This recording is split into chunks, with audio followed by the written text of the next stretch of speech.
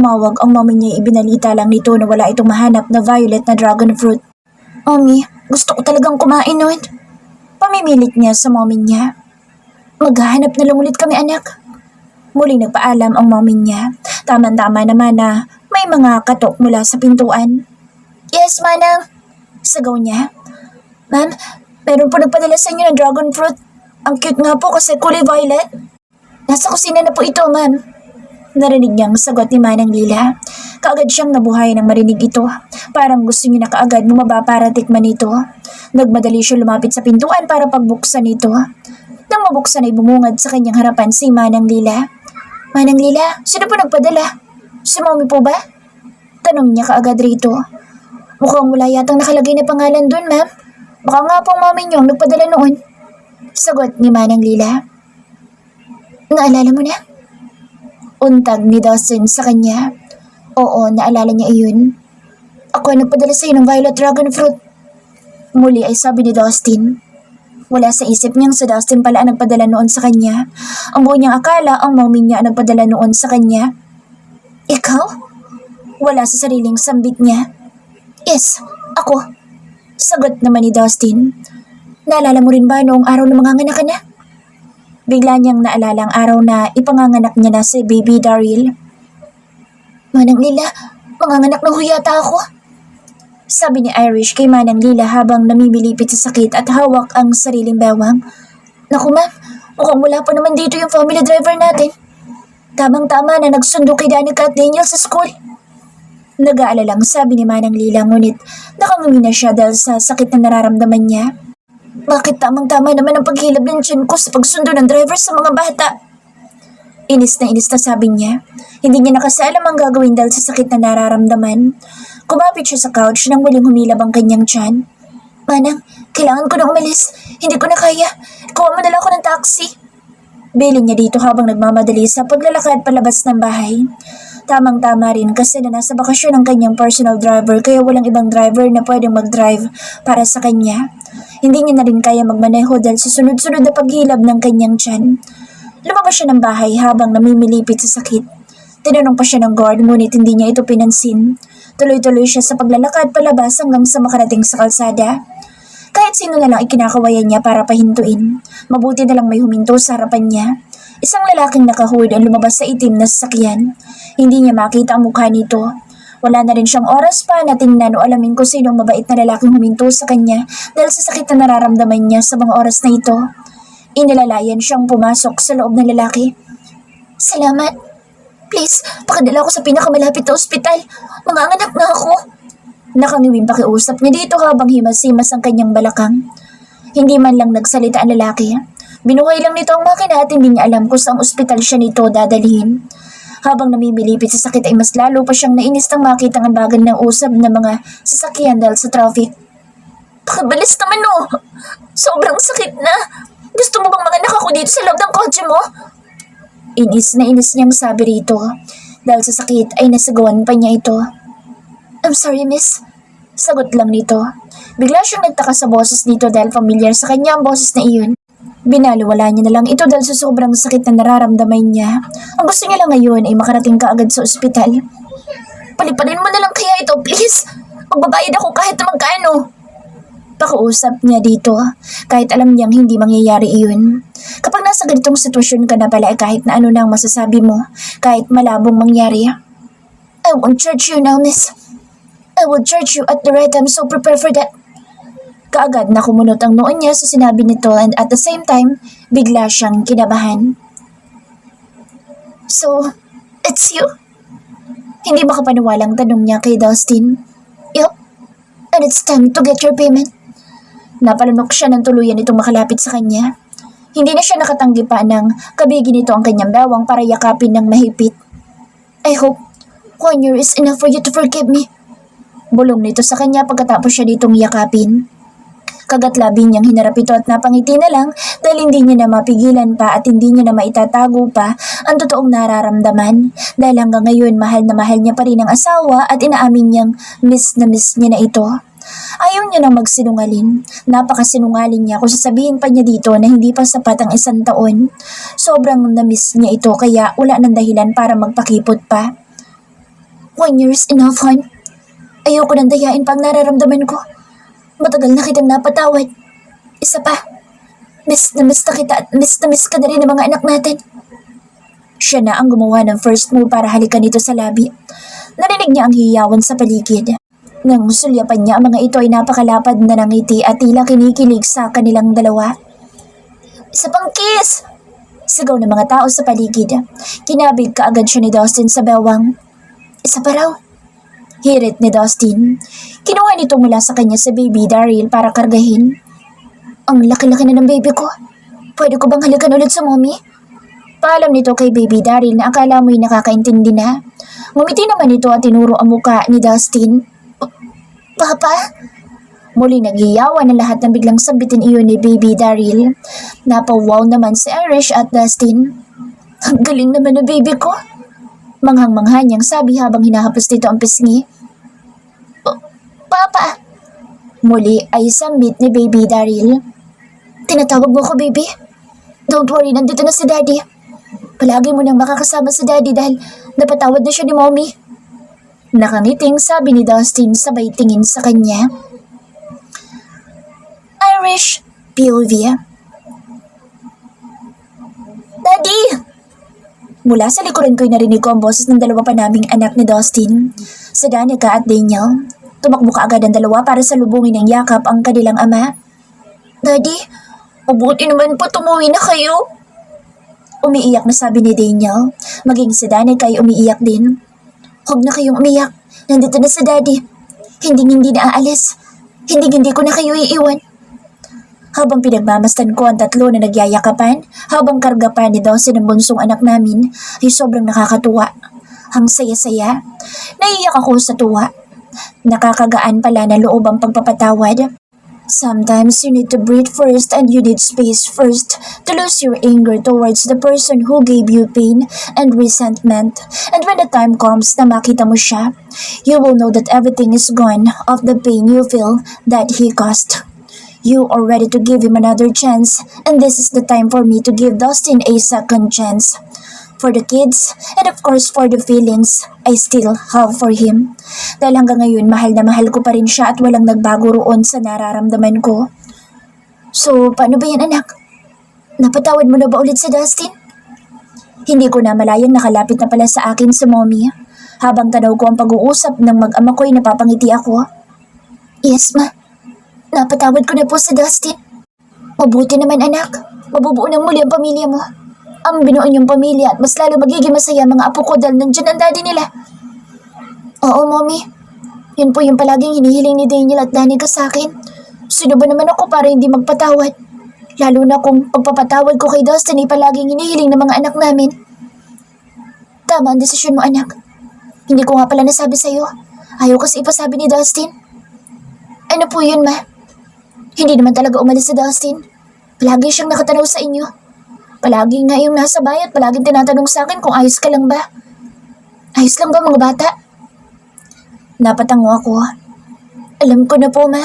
Sinabi na po ni Dustin kanina. Hindi ko nga po alam na siya pala yung driver ng kotse na sinakyan ko noong araw na ipanganganak ko na si Daryl. Ngayon ko lang po nalaman. Sabi ko dito, natawa naman si mama. Gabing-gabi na nang matapos ang birthday party ni baby Daryl. Sila mama na nga ang nagasikaso sa mga bisita dahil inaantok na ako. Sinamahan ko muna si Daniel para matulog ito sa sariling kwarto. Nang makatulog ito ay kagad ko naman pinuntahan si baby Daryl na ngayon ay kasama sa kwarto ang daddy niya. Huminga muna ako ng malalim bago tuluyang pumasok. Nadatnan kong umiiyak na si baby habang pinapatahan naman ito ni Dustin. Ayaw niyang tumahan. Kaagad na sabi sa akin ni Dustin. Gutom na kasi yan. Kailangan niya ng dumede sa akin. Sabi ko sa kanya saka ko kinuha sa baby para padedehin sa akin. Sa'yo pala dumedede sa baby? Akala ko kasi formula. Sabi naman niya na tila naiilang. Oo, tumalikod ka muna. Padedehin ko muna sa baby. Utos ko sa kanya. Bakit kailangan ko pang tumalikod? Reklamo naman niya. Hindi mo ba narinig? Hindi ko na ituloy ang sasabihin dahil binara niya na kaagad ako. Okay, fine. Tumalikod naman ito kaya sinimulan ko na ang daily and evening routine naming dalawa ni Baby Daryl hanggang sa makatulog na ito. Dahan-dahan ko ito inilapag sa crib at hindi na rin naman na nagising kaya may oras na akong harapin si Dustin. Marami pa ba akong kailangang malaman di? Lumapit ako sa kanya. Humarap naman kaagad ito sa akin kaya nagkatitigan kaming dalawa. Anong ginagawa mo habang nagkunwaring lumayo ka sa amin? Nakamasid ka lang ba sa amin mula sa malayo? Tanong ko. Hindi pa rin kasi ako kampante na yun lang ang ginawa niya. Kaya pala every time na umaalis ako ng bahay, pakiramdam ko'y may sumusunod sa akin. Nakasunod ako sa'yo kahit saan ka magpunta. At yung nasa banyo ka, nakala mo'y pusa lang yung nasa maliit na bintana ng banyo. Hindi mo alam ako yun. Nakangiting pag-amin niya sa akin. Walang iya ka? Sinisilipan mo ako? Nakapamewang na tanong ko sa kanya habang nakataas ang aking mga kilay. Wala naman akong nakita. Kaagad naman ang sagot niya. Walang nakita pero sinilipan mo pa rin ako. Bakit hindi ka nalang nagpakita sa akin? Pagbibigyan naman kita. Hindi ko na ituloy ang pagsalita na bigla niya akong kabigin. Really? Pagbibigyan mo ako? Napapikit ako nang amuyin niya ang buhok ko. Naramdaman ko rin na nasa aking laeg na rin ang kanyang hininga. Miss na kita, Irish. Sobrang miss kita. Bulong niya kasabay ng pag-angkin niya sa aking labi. Napawang ang labi ko. Kaya mas lalo niyang napalalim ang kanyang halik na ginagawa sa akin. Doon ko ipinulupot ang aking mga braso sa kanyang leeg. I miss you too. Sagot ko. Unti-unti kong namalayang hindi na ako nakatayo sa sahig, kundi buhat-buhat niya na ako patungo sa kama. Nang mailapag ako ay napatitig siya sa akin. Hinawakan niya ang kamay ko at tinitigan ito. Nakatingin siya sa kung saan nandoon ang wedding ring namin na hanggang ngayon ay suot ko. Thank you. And you're always wearing your wedding ring. He whispered. I didn't take it off even though I was mad at you. I whispered back. Thank you so much, hon. Hinalikan niya ang kamay ko. Hindi ko inaasahang hahalikan niya ang daliri ko. Nang pakawalan nito, ipinakita naman niya ang kanyang wedding ring na suot-suot niya rin. I always wear it too. Sambit niya pagkatapos ay siniil ako ng maalab na halik. Halos ayokong gumawa ng ingay dahil baka magising si Baby Daryl. Nagkatinginan kaming dalawa ni Dustin. Pagkatapos ay binunot nito ang sariling phone. Hindi ko alam kung sino ang tatawagan niya. Sino tatawagan mo? Si Manang Lila. Pababantayan ko muna sa Baby Daryl.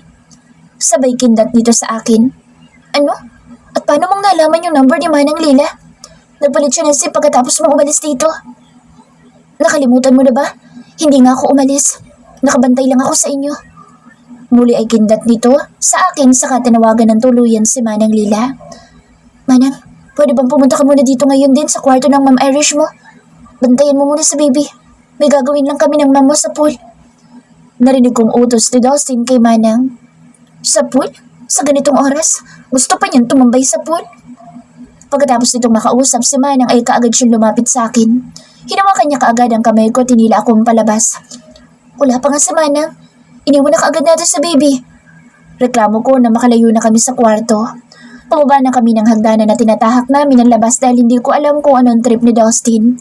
Bakit gusto nitong tumambay sa pool? Nang makarating kami sa pool, bigla niya na lang akong hinila at pareho kaming bumagsak sa pool. Nanginig ako sa lamig.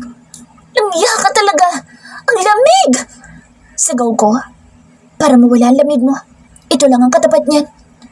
Nanlaki ang mga mata ko nang bigla niyang angkinin ang labi ko. Hindi ako nakapagreklamo nang sinabayan pa ng mga kamay nito sa paghaplos ng aking puson hanggang sa umabot na ang kamay niya sa dibdib ko. Dustin! Protesta ko. Hindi pagtutol kundi nahihiya akong baka may makakita sa amin. Say it. Sambit niya sa gitna ng paghalik niya sa akin. Baka makita tayo rito nila mama. Tulog na silang lahat. Tayo na lang ang gising. Sagot naman niya habang pinagpatuloy ang pagpapaligaya sa akin. At doon nga ng mga oras na iyon ay inangkin niya ako hanggang sa pareho kaming umabot sa sukdulan ng langit. Pareho kaming pagod pagkatapos. Humiga kami sa tiles at sumandal naman ako sa kanyang dibdib. Hinaplos-saplos ko pa ang dibdib niyang may konting balahibo. Hinalikan niyang aking noo. I love you, hon. Bulong niya. I love you too, hon. Sagot ko, saka siya hinalikan sa kanyang labi. Lumipas ang 1 linggo, naging okay na ang lahat. Kalilipat nga lang ni Dustin noong nakaraang araw sa bahay. Sa kanya yung bahay pero siya pa ang umalis. Kaya ngayon balik na ulit siya sa bahay niya, sa bahay namin. Sa ngayon ginagawa pa lang ang napagplanuhan namin bahay noon. Malapit na siyang matapos kaya baka nga ilang buwan na lang din ay lilipat na rin kami doon sa bago naming bahay. Mas malaki at mas maluwag para sa lumalaki naming pamilya. Dustin's POV. Umalis ako para ayusin na lahat. Mas mabuti nang hindi alam ni Irish ang ginagawa kong pag-aasikaso kay Grace pabalik sa ibang bansa. Ako na mismo ang magbabalik kay Grace kung saan siya nanggaling. Nakausap niya si Lolo at napag-usapan na nila at nangako na rin sa Grace sa harapan ni Lolo na hindi na ito manggugulo sa amin dalawa ni Irish. Pero ano pa ang guguluhin niya kung hindi na kami magkasamang mag-asawa? Kung nasira niya na? Nang masiguro kong nakaalis na nga sa Grace paalis ng Pinas, ay nag-move in ako sa bahay na malapit lang din sa bahay ko or bahay kung saan nandoon na mag-ina ko. Mula sa balcony ng bahay na tinitirhan ko, I can see my wife carrying our baby. As I look at her, I just smiled. I can see how hands-on she is with our baby. Wala siyang kaalam-alam na pinagmamasdan ko siya. Sapat na sa akin ang pagmasdan siya mula rito sa malayo. Dustin? Napakurap-kurap ako nang marinig ko ang boses ng napakaganda kong asawa. Ayusin mo na luggage sa likuran. Kanina pa kita tinatawag pero mukhang malalim yung iniisip mo. Nakapamewang na sermon nito sa akin. Hindi niya alam siya ang nasa isip ko. May iba ka bang iniisip bukod sa akin? Ito na naman ang misis kong nagsaselos. Iba talaga kapag buntis. Ang bilis mag-iba ng mood.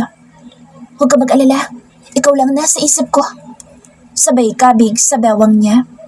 Huwag mo nga akong maloko, right? Ayusin mo na yung mga gamit natin para makaalis na tayo. Utos na ito sa akin na magkasalubong ang mga kilay. Ito naman talaga ang pinakagusto ko sa kanya, ang pagiging palaban at pagiging suplada. Yes, ma'am. Pabirong sagot ko sa kanya sabay saludo pa. Puro ka talaga kalokohan. Mabuti na lang nakailag ako sa pagbato niya. Magbabakasyon kami ng 2 weeks sa Baguio kaya 2 weeks din akong maririndi sa boses ng asawa ko. Biro lang, magsasawa ba naman ako sa asawa ko?